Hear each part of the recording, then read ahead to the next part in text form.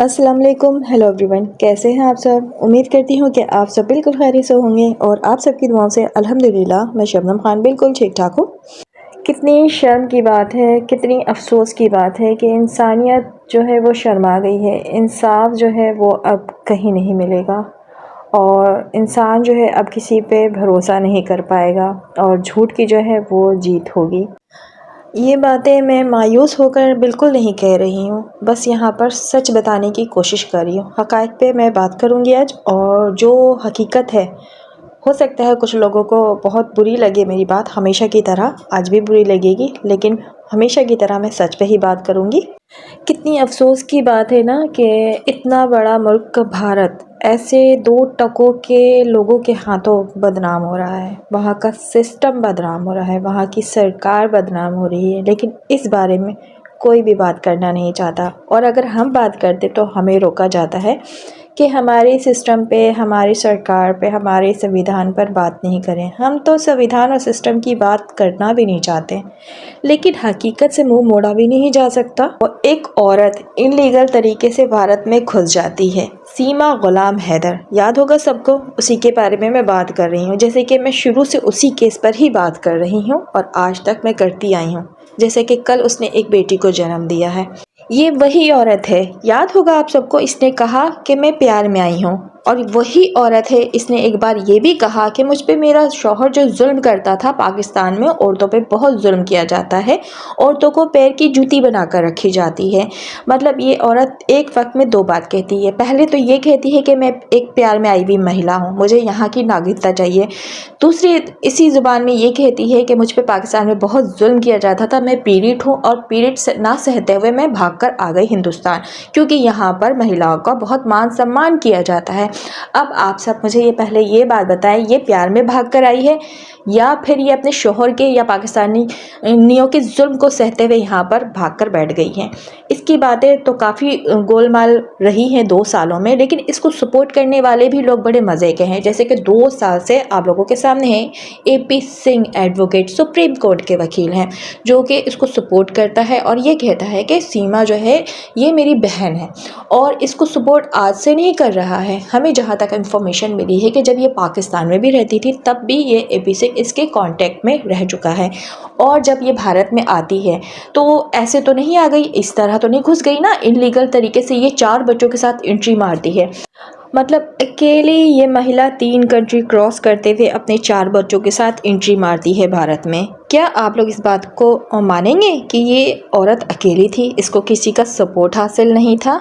जी जी बिल्कुल, मैं तो नहीं मान रही, और मैंने कल इसके सबूत के साथ वीडियो भी लगाई है। याद होगा, आशीष चौरसिया, संदीप यादव, ऐसे बहुत से बड़े बड़े पर्सन हैं, भारत के ही हैं, जो इस भगोड़ी को सपोर्ट कर रहे हैं 2 साल से, और इसको भारत में रोकने की कोशिश में मुसलसल ढेरों पैसे इस पे खर्च किए जा रहे हैं। आखिर ये महिला है कौन? इतना सपोर्ट इसको क्यों किया जा रहा है? और हिंदुस्तान के इतने बड़े बड़े पर्सन, जिसमें MLA भी शामिल हैं बहुत सारे, जिनके नाम अभी गुप्त रखे गए हैं, इंशाल्लाह वक्त बहुत करीब है, उनके नाम भी सोशल मीडिया पे आज नगर ज़रूर सामने आ जाएंगे आप लोगों के। अभी तो 2 पर्सन का नाम लिया है ना, एक आशीष चौरसिया है, एक संदीप यादव है। और याद होगा जब ये अरेस्ट होती है तो जो गाड़ी थी, उस गाड़ी का जो मालिक था वो कौन था? वो आशीष चौरसिया ही था। आखिर ये इनलीगल घुसपैठिया एक भगोड़ी सीमा गुलाम हैदर, जो बिना तलाक लिए अपने शौहर से हिंदुस्तान में घुसकर बैठ जाती है और यहाँ इनलीगल लिविंग रिलेशनशिप में रहती है, और इसी रिश्ते को सपोर्ट करते हुए एक AP सिंह नाम का एडवोकेट, सुप्रीम कोर्ट का वकील है, वो इसको सपोर्ट करता है और इनलीगल मैरिज करवाता है। पहले तो ये आती है न्यूज़ कि इसने नेपाल में शादी की है, जिसके सबूत की सूरत पे इसने तस्वीर शेयर किया कि इसने नेपाल में एक मंदिर में शादी कर ली है, जो कि मंदिर का नाम लिया गया, अभी मुझे मंदिर का नाम याद नहीं आ रहा। वो मंदिर में शादी होती ही नहीं सिरे से।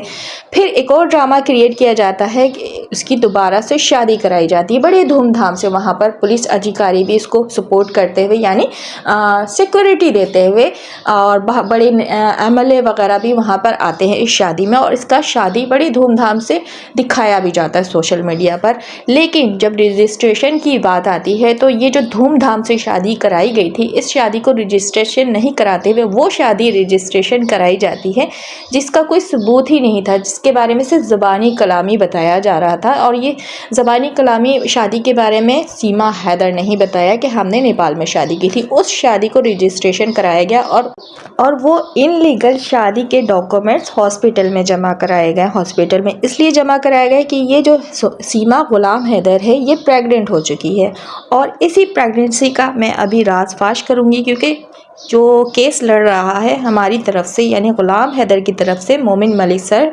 एडवोकेट की मैं बात करी हूँ, उन्होंने यहाँ पर कल लाइव में खुलासा किया है कि ये जो प्रेगनेंसी वाला ड्रामा था इसका राजफाश हो चुका है। उन्होंने ये बताया कि ये बेबी सीमा ग़ुलाम हैदर ने जन्म नहीं दिया है, किसी और ने जन्म दिया है। तो इसके बारे में मैं डिटेल्स में वीडियो अभी लगा दूँगी, 1 से सवा मिनट की वीडियो होगी जो कि मोमिन मलिक सर ने कहा लाइव में, वो मैं आप लोगों के साथ शेयर करूँगी। लेकिन इससे पहले मैं बात कर लेती हूँ कि इस सीमा भगोड़ी को आखिर सपोर्ट क्यों किया जा रहा है। पहले तो इसने धर्म चेंज किया और अपने माइनर बच्चों का धर्म चेंज करने की कोशिश की, और वहीं के कुछ अनभक्त लोग हैं इस बात को लेकर कि सीमा जो है सनातन धर्म में आ गई है। बड़ी जोश व खरोश से उसका वेलकम किया गया है और उसको सपोर्ट किया जा रहा है मुसलसल 2 साल से। लेकिन असल बात जो कहूँ कि बात यह है कि सीमा भगोड़ी ऐसी कौन सी ताकत रखती है, ऐसा कौन सा काम करने के लिए हिंदुस्तान में घुसकर बैठ गई है जिसके लिए लोग जो है इसको छुप कर सपोर्ट करते हैं, जिसमें कि एक है आशीष चौरसिया, संदीप यादव और ऐसे ही कुछ बड़े बड़े मगरमच्छ हैं इंडिया के जो इस सीमा भगोड़ी को सपोर्ट कर रहा है। मतलब दूसरी ज़ुबान में कहूँ कि इंडिया का जो सिस्टम है वो पूरे जोश खरोश के साथ सीमा भगोड़ी को सपोर्ट करने में लगा हुआ है, और एक मजलूम बाप को इंसाफ नहीं मिल रहा है इनकी वजह से। एक मजलूम बाप अपने 4 बच्चे की मांग कर रहा है, वो सीमा की मांग नहीं कर रहा है, वो मुसलसल अपने 4 मुस्लिम बच्चों की मांग कर रहा है, पाकिस्तानी बच्चों की मांग कर रहा है, जिसको लेकर यहाँ पर बड़ी कंट्रोवर्सी क्रिएट हो चुकी है। और अब जो है सीमा एक बच्ची की माँ बन चुकी है, जिसके बलबूते पर वो यहाँ की नागरिकता हासिल करना चाहती है, और इसी वजह से ये प्रेगनेंसी वाला ड्रामा क्रिएट किया गया है। तो चले उस प्रेगनेंसी वाले ड्रामे का थोड़ा सा ड्रॉप सीन करते हैं, यानी कि राजफाश करते हैं मोमिन मलिक के सर की जुबानी। किस कोख से पैदा हुआ और किस कोख से पैदा होने के बाद उस बच्चे को कहां जाके प्लांट कर दिया गया, इसका जिम्मेदार सीधे सीधे उस बच्चे की मां है जिसने ये प्लांट करने की कोशिश की है, उस बच्चे का बाप है जिसने ये इसको प्लांट करने की कोशिश की गई है। क्योंकि हमने उनके बिल्कुल पास के लोगों से, बिल्कुल नजदीक के लोगों से यह पता किया है कि कोई भी एक बच्चा पैदा हुआ, उन्हीं के परिवार में पैदा हुआ, 2-3 दिन 1-2 दिन पहले पैदा हुआ, उस बच्चे को छुपाया गया, उस बच्चे को किसी को दिखाया नहीं गया और उसको प्लांट करके दिखा दिया गया कि ये बच्चा फला फला जो है उसका पैदा हुआ है। सारी दुनिया को पागल बनाने के लिए, सारी दुनिया को बेवकूफ बनाने के लिए और सारी दुनिया को सिर्फ नागरिकता के चक्कर में। अरे अगर 20 बच्चे भी दूसरे से पैदा करा के तुम प्लांट कर लोगे ना, 20 बच्चे 10 बच्चे भी पैदा कर लोगे, 10 लड़के और 10 लड़कियां भी पैदा कर लोगे ना, तब भी तुम्हें भारत की नागरिकता नहीं मिलेगी, नहीं मिलेगी, नहीं मिलेगी। ये मेरा वादा है आपको। मोमिन मलिक सर ने तो ये कह दिया है कि ये 10-20 भी बच्चे पैदा कर लेगी तो इसको नागरिकता नहीं मिलेगी और ना ही मैं मिलने दूंगा, ये मेरा वादा है। लेकिन यहाँ पर सवाल ये पैदा होता है कि ये बच्ची बकौल सोशल मीडिया के थ्रू जो न्यूज़ आ रही है, जो ड्रामा क्रिएट हुआ है कि ये सीमा ग़ुलाम हैदर ने इस बच्ची को जन्म दिया है।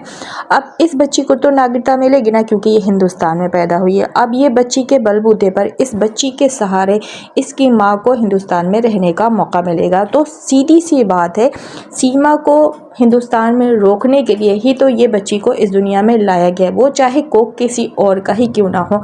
अगर ये बच्ची सीमा ग़ुलाम हैदर ने नहीं जन्म दिया है तो इस बच्ची के हकीकी वालिदैन वालदा आखिर है कौन? अगर किसी और ने जन्म दिया है तो फिर इसका DNA टेस्ट होना चाहिए। अच्छा, DNA टेस्ट सचिन लप्पू झिंगुर यानी सचिन मीना का DNA टेस्ट नहीं होना चाहिए। DNA टेस्ट सीमा यानी सीमा ग़ुलाम हैदर और इस बच्ची का होना चाहिए। क्योंकि हम जानते हैं ना वहाँ के सिस्टम को कि इस डीएनए टेस्ट को भी लेके बहुत अच्छे से गोलमाल किया जाएगा और हमारे आगे वो डीएनए टेस्ट रखे जाएंगे जो इन लोगों ने दिखाने हैं। यानी एपी सिंह सुप्रीम कोर्ट के जो वकील हैं वो उन्होंने पहले से बहुत अच्छे से सारी तैयारी करके रखी है। सचिन मीना का डीएनए टेस्ट भी करवाया होगा, नहीं करवाया होगा तो ये टेस्ट भी लेकर आएंगे और हमारे सामने फेंक दिया जाएगा कि ये लो, ये सबूत भी हमने तुम्हारे सामने रख दिया। जैसे कि इलीगल 2 साल में आज तक सारे काम कर यहाँ पर लीगल बनाने की कोशिश की गई है।